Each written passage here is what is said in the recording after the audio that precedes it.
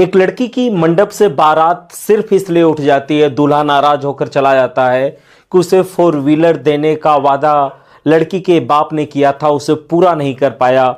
जब ये बात लड़की सुनती है कि बाहर जो लड़ाइयाँ चल रही हैं, उधर शादी की तैयारियां पूरी हो चुकी हैं, फेरे होने वाले हैं, लड़की को जब पता चलता है कि दूल्हे के घर वाले, उसके ससुर, सब लोग अड़े हुए हैं कि जब तक गाड़ी नहीं आएगी तब तक हम शादी नहीं करेंगे।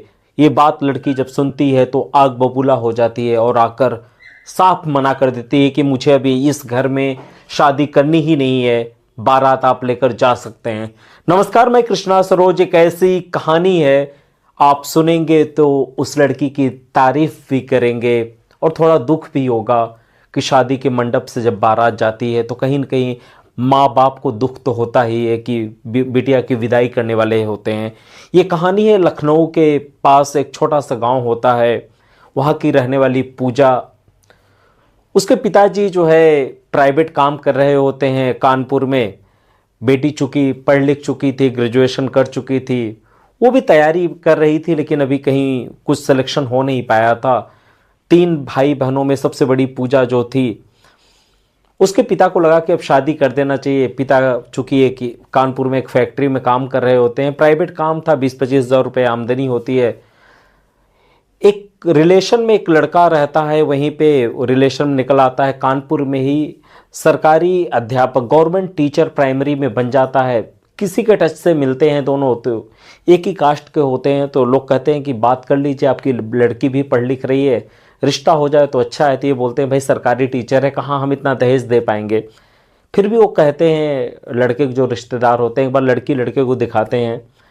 लड़की लड़के एक दूसरे को देखते हैं, दोनों एक दूसरे को पसंद कर लेते हैं। लड़का बोलता है कि लड़की मुझे पसंद है, कोई बात नहीं है, जितना आपसे हो सकेगा।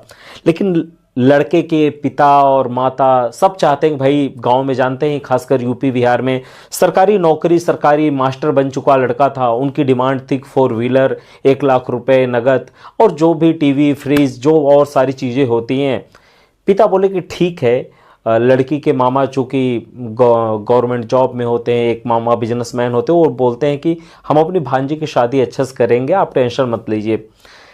शादी की तैयारियां शुरू हो जाती हैं, बारात आ जाती है। बारात आने से कुछ दिन पहले लड़की के पिता का एक्सीडेंट हो जाता है, बुरी तरीके घायल हो जाते हैं, पैरों में चोट आती है, हाथों में, बैक में सर्जरी होती है और करीब 15 दिन शादी से पहले जो ये सब कुछ होता है और वो एडमिट होते हैं। उनकी सर्जरी में 3-4 लाख रुपए खर्च हो जाते हैं।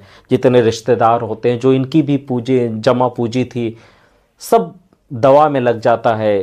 फिर ये होता है कि शादी अभी कैंसिल कर दिया जाए, लेकिन ये होता है कि शादी की डेट पड़ चुकी है, बहुत सारा सामान खरीद भी लिया गया।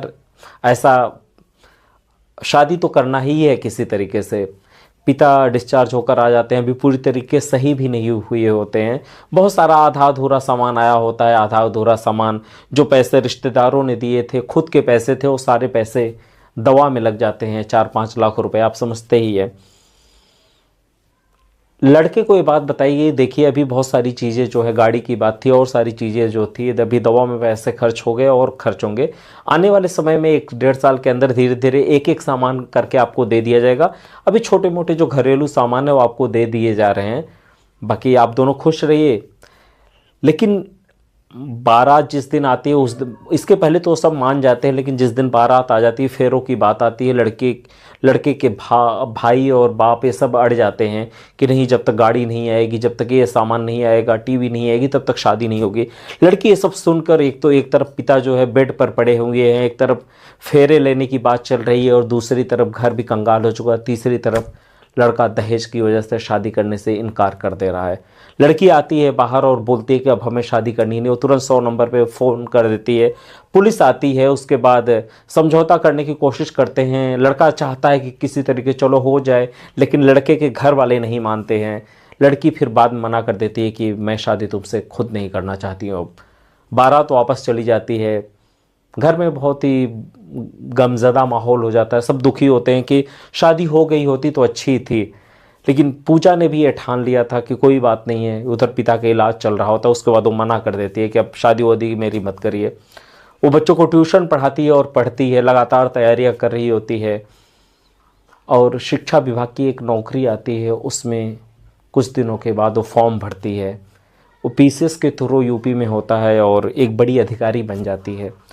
अधिकारी बनने के बाद पूजा का सिलेक्शन, जो पहली पोस्टिंग होती है वो कानपुर में होती है, और वो तो चूँकि शिक्षा विभाग एजुकेशन डिपार्टमेंट उसका होता है, तो वहाँ पे जाती है कानपुर में तमाम स्कूलों में चेकिंग करने। चूँकि वो काम करना उसको अच्छा लगता है, एजुकेशन से जुड़ी ही थी। एक दिन छापा मारने एक स्कूल पे जाती है, बुलाती है कि एक स्कूल के इस स्कूल का इंचार्ज कौन है। तो गलती से जो इंचार्ज थे वो आते हैं, देखते हैं, तो वो देखकर चौंक जाते हैं। ये कोई और नहीं थे जिन्होंने भाई साहब ने शादी इनकार किया था, ये वही थे जिन्होंने पूजा से मना कर दिया। आज वही पूजा पीसीएस अधिकारी बन के उस स्कूल की जांच करने गई थी। वो देखती है, वो बात करने की कोशिश करते हैं। ये बोलती है, हाँ मैं वही हूँ जिससे तुम्हारे घर वालों ने मंडप से बारात लेकर चले गए थे दहेज की वजह से, मैं वही हूँ। वो सॉरी बोलता है कि मैं तो चाहता था। ये बोली, अगर तुम चाहते तो तुम शादी कर लेते, लेकिन तुम अपने घर वालों के ज़िद में आ गए थे, अपने घर वालों के, तुम पढ़े लिखे लोग नहीं हो। खैर तुम लेकर आओ रजिस्टर। एक पूरी फिल्मी कहानी जैसे होती है, जिससे 3 साल पहले रिश्ता टूटा था, एक दूसरे से दूर हो गए थे। वो लड़के की भी कहीं और शादी हो गई थी, लेकिन वो लड़की एक अधिकारी बन के उसी स्कूल में और उसी ज़िले में जाती है, लखनऊ से कानपुर। उसके बाद बहुत सारी खामियां, ये भाई साहब जो है जानते हैं लोभ लालची थे, कंस्ट्रक्शन का काम इसमें उसमें, वो और बहुत सारा जो पैसे थे, अनियमितता थी, बहुत सारी चीज़ें थी, रेगुलेशन के अगेंस्ट में थी, और उनको ये मैडम जो है सस्पेंड कर देती हैं। वो बहुत हाथ पैर जोड़ते हैं कि माफ़ कर दो, मतलब कि मुझे समझ नहीं आया, ठेकेदार ने गलती कर दिया, वो यहाँ पैसा, लेकिन करप्शन का चार्जेस इनके ऊपर लगाकर वो मैडम इनको नौकरी से बर्खास्त करने का लेटर जो है शासन को भेज देती हैं।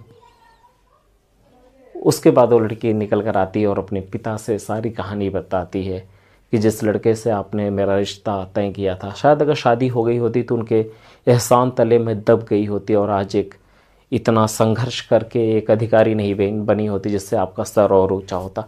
पिता जब ये बात सुनते हैं तो उनका सीना और ऊंचा हो जाता है। तो एक कहानी एक ऐसी लड़की की थी जिसने दहेज के लोभियों, डाउरी के लोभियों को, जिन्हें दहेज से इतना प्यार है, उनके मुंह पर तमाचा मार के और साबित कर दिया कि लड़कियां किसी से कम नहीं हैं। कहानी अच्छी लगी हो तो चैनल को सब्सक्राइब और शेयर करें। धन्यवाद।